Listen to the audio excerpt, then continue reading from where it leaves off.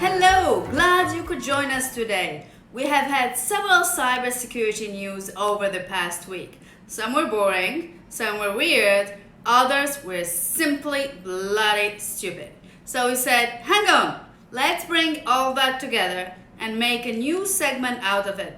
It's not like we have got anything better to do with our time on a Sunday than raising cyber awareness. It is our social responsibility, right? So here's the news. I hope you will enjoy it. We certainly will. And hey, keep spreading the word about it around you. Okay, so you'll love this one. Facebook has notified its users that a system bug has been allowing them to access iPhone cameras as users scroll through the feed. Yeah, you heard that right.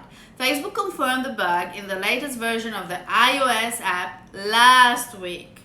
Well, Facebook, you know what? Just take your time to fix your bugs. Take your time. It's not like it's your first bug, or it's not like you have already the private lives of millions of people in your databases. Wait, did I say that? No.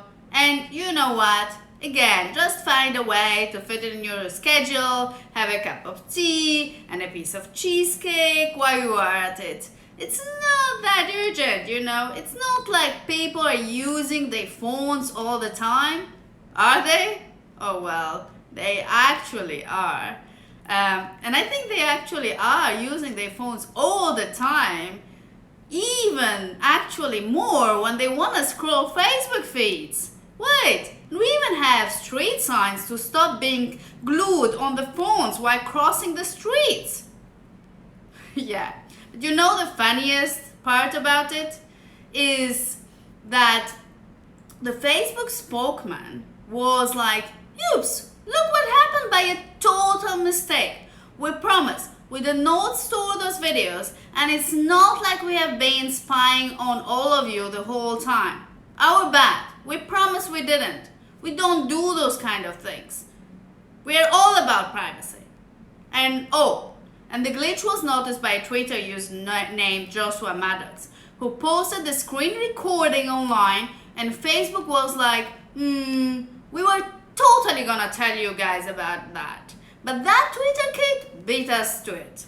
Okay. Apparently they still managed to fix it, so I give them that. They fixed it on Wednesday, 13th of November. So people, update your Facebook app unless you want your videos online. Please. In more terrifying news, 5G security concerns are mounting after researchers at Purdue University and the University of Iowa found several vulnerabilities in it. Well, that's no surprise. As usual, news about cybersecurity come latest and after technologies are being deployed and adopted as well. But let me tell you, the threats found by the researchers allow real-time location tracking, surveillance, as well as the ability to spoof emergency alerts to trigger panic. Yes, you heard that right. Okay, I can tell you it's bad. Yeah, it's very bad. You ask me how bad is it? Well, very, very bad. Perhaps starts at DEFCON 5 level of bad. No wonder they call it 5G. Get it? To be slightly serious about the issue, in fact, researchers claimed that all the attacks could be exploited by criminals with a practical knowledge of 4G and 5G networks and a low-cost software. You heard that right. Low-cost softwares. And that's how cyber criminals do. And what's in God's name does spoofing mean, right? Most of you think. I'm sure of that. I'm hearing people loudly thinking, maybe we should all use made-up words too. Jinkies, doinks, kawabunga. Wait.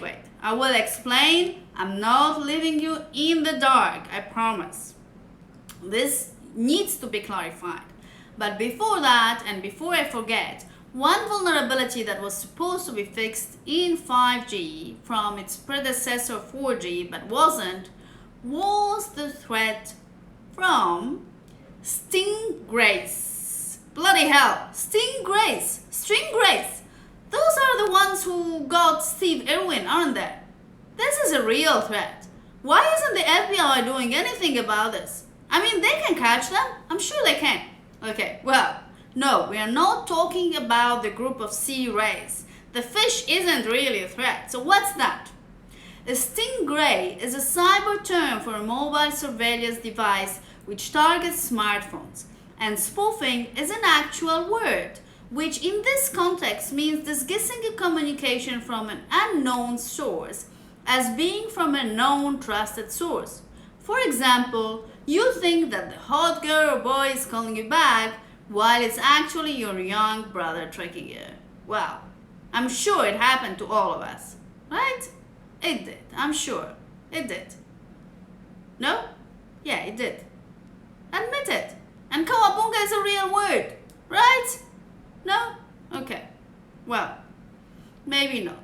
So let's get back to the serious stuff. And let's understand what actually stingray mean. Stingray is an IMSI catcher, a controversial cellular phone surveillance device manufactured by Harris Corporation.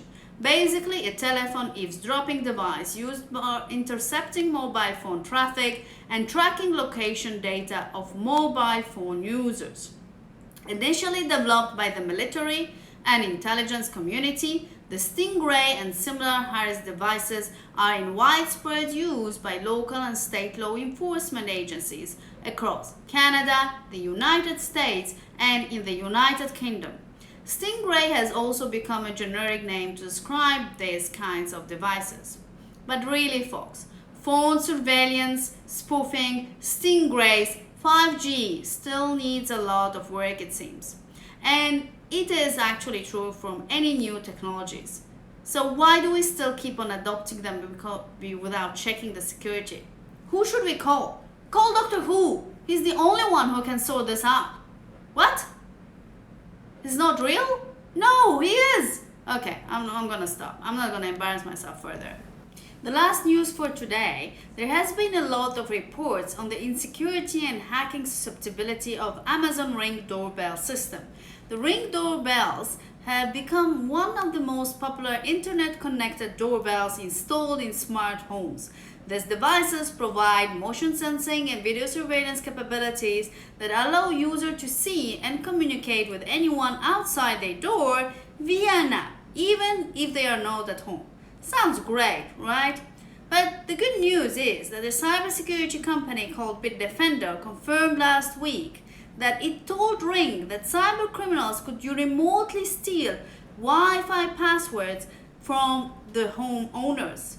What happened? Well, very sophisticated vulnerability. Very sophisticated.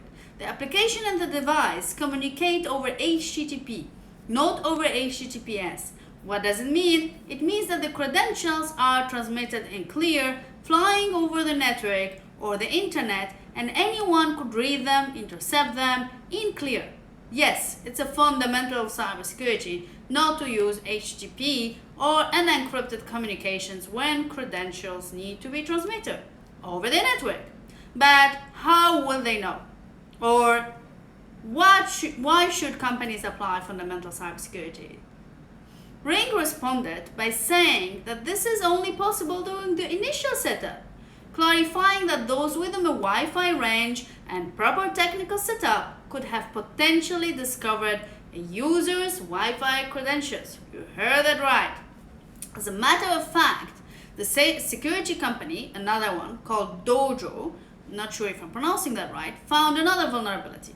During the World Summit, a major meeting of different security professionals held in Barcelona, Dojo tried a live hack into the Ring Bell's application, and the company discovered an issue in the Ring app. Ring said that it has fixed since that flaw, claiming that customers are safe as long as they update their apps and software to the last version. So it's okay, mate. Don't worry, you're safe. You just have to keep updating your apps and your software versions all the time. And you miss one, well, perhaps your house will not be there anymore. Or you won't find your piano. Or maybe your laptop will be missing. Or maybe your house will not just be there, like I said. I could have sworn left my house. Right here. No? Where is it? Well, so people, basically, cyber criminals could steal your Wi-Fi password. And that is only on the initial setup, but still. I guess that makes it all better now? No. I can just imagine all of your neighbors waiting for someone from your family to set up their Ring doorbell system so they can steal your Wi-Fi passwords. I'm sure they can do that. They won't even use it for anything meaningful, just to live stream some movies. And then after, you will complain that to your internet provider that your internet speed keeps on slowing down. And they will be like, yeah, but we know what you have been using all your data for. And let's just say it's not for streaming English Premier League matches. That's for sure. And you will be like, but I don't understand. I'm just using internet for my scientific research. How come I don't have any more the right speed? What happened? Really, mates? I don't understand. No worries, we won't judge. You stream what you want. We don't have or see the movies. Alright, folks, that's all for today. I hope you enjoyed. Thanks for joining me. Thank you and do have an incredible day.